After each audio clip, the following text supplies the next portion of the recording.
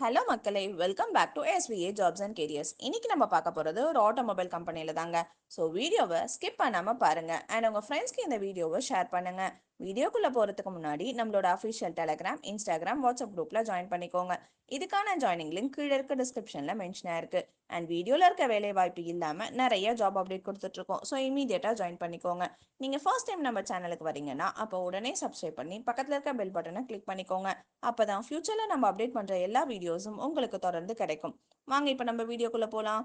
இன்னைக்கு நம்ம பார்க்க போறது ஒரகடம்ல பிரபல ஆட்டோமொபைல்ல தாங்க வேலைக்கு ஆள் வேணும்னு கேட்டிருக்காங்க.